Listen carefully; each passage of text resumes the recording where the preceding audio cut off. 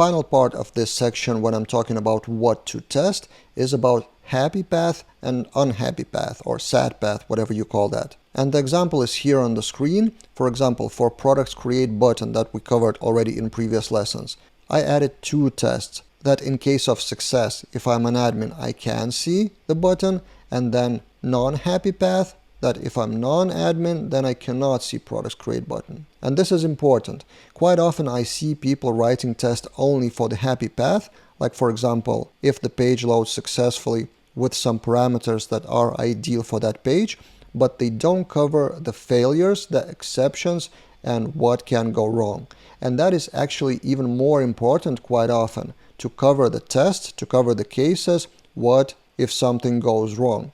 What if some input is invalid? What if some URL is invalid? How does your page, how does your application behave then? Does it throw an exception?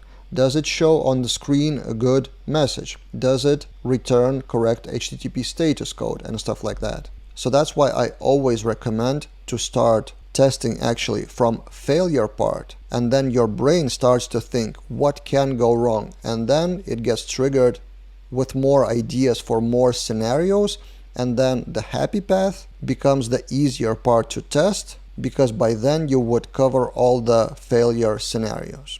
So probably this part of writing tests takes the most of the time, and that would be a valid point of I don't have enough time to test all the scenarios.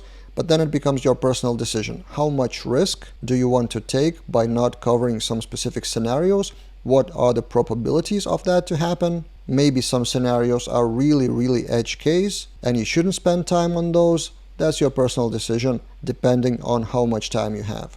But generally, my thought and my point of this video, do not forget to cover both happy path and unhappy path.